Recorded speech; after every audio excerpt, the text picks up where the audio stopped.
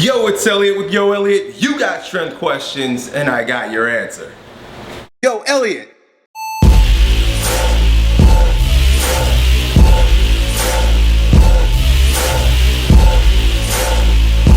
Well, today I'm going to address a question that I'm asked quite often, and that is, Elliot, how do I train when I have a bulging or herniated disc?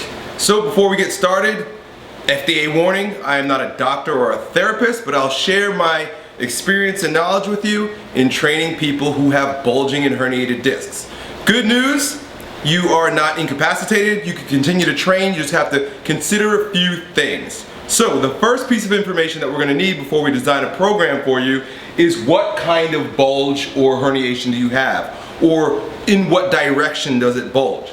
So you've got your anterior bulge, which essentially means that it's bulging towards the front of your body. If you can imagine that this is a lower back or the lumbar portion of the spine, a anterior bulge would be such that the disc, I'm assuming most of us know what those little discs are, between the vertebrae, bulges in towards the body. Now we've got the opposite also, which is the posterior bulge, which means essentially the bulge is pushing backwards. So again, if you'd imagine that this is a lumbar portion of the spine, it's pushing towards the back.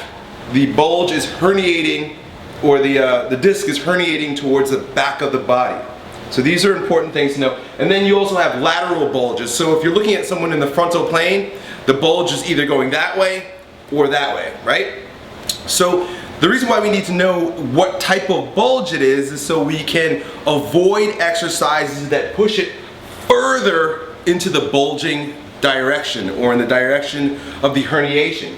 You'll know this by two things. Number one, if you've got an anterior bulge, basically you're bulging, the disc is herniated this way, you're going to feel a lot of pain when you hyperextend, because as you'd imagine, you're pushing the bulge even further out. That's, can totally rupture this bulge. So if you look at the force going this way, it's hyperextending, you can explode out, you can destroy that disc, right?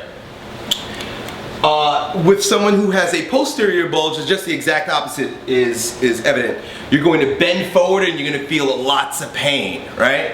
And then laterally would be if I'm leaning this way and it's bulging that way, I'm in a lot of pain, and vice versa. So you'll kind of know based on how you feel, but the best thing to do is to get an MRI or an X-ray where they tell you where your disc is bulging. Now this is very simplistic. It may be a bit more than this. It may be anterior and lateral, but this is just a general idea. So what you want to do first of all is avoid anything that causes the pain, right? So if you have the anterior bulge, you don't want to do any hyperextension. Stay away from strengthening the low back exercises. Things like good mornings, or when you lay on the floor and you do those hyperextensions or prone cobras. Don't do those. There are a lot of practitioners that they don't totally understand physiology, and they'll note that you have back pain, and they'll say, well, you need to strengthen your back. Generally, someone who has this particular type of posture has overdeveloped low back muscles. They're just so strong that they're pushing you into a Donald Duck posture, like I've talked about before, where your butt sticks out and you've got this big curve in your low back, and that's causing the anterior bulge. That person actually needs to strengthen their abdominals so that they can be a little bit more like this guy, so they can sort of tuck their butt under some, drop the rib cage, and get more of a well curved low back as opposed to a hyperextended low back. An individual who has a posterior bulge should not bend over. They're probably already too bent over. This is the type of person who has really tight hamstrings that are pulling their hips down, and probably also really tight upper abdominals are pulling their rib cage down. This person needs to do just the opposite. They're the ones who should be focusing on hyperextension. They should never do crunches. This dude, lots of crunches or core exercises. Core stabilization, increasing the strength in the deep stabilizers. Yes. This person, hell no. Because every time you do a sit-up, you feel like your back is going to crack, right? You don't want to do it. You want to do just the opposite. You want to do lots of hyperextension. So this is the guy that's going to do laying on the floor, hyperextension exercises, and prone cobras, deadlifts with a neutral spine, very important for this guy. Anything that forces hyperextension, because essentially what we want to do is we want to push the bulge back into its rightful position. See, we're doing that here by having this person flex forward. We're going to end up pushing the bulge back. With this person, we want them to hyperextend and push the bulge. So we want to push in the opposite direction of the pain, or in the opposite direction of the herniation.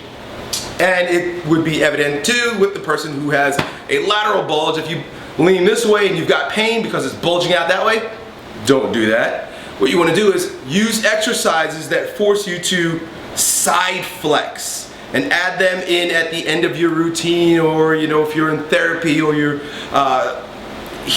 doing therapy for yourself, make sure that you're leaning into the bulge. So if it's this way, lean into it. Do side bends toward it. Now, part of the reason why these things happen is because of the muscular imbalance that we'll be in essence correcting with the exercises that I'm showing you in order to alleviate the pain and allow you to keep training. Here's the deal. You can't do everything when you've got this type of injury, which you probably know if you do have that type of injury, but make sure you're doing something, and make sure you're doing something that's productive, that's correcting the imbalance that you're dealing with and allowing you to get stronger, so that ultimately in a short period of time you can get back to the gym and start training the way you'd like to. I hope that's helpful for you. Keep training hard, keep sending questions. I'll talk to you next time. Yo, Elliot,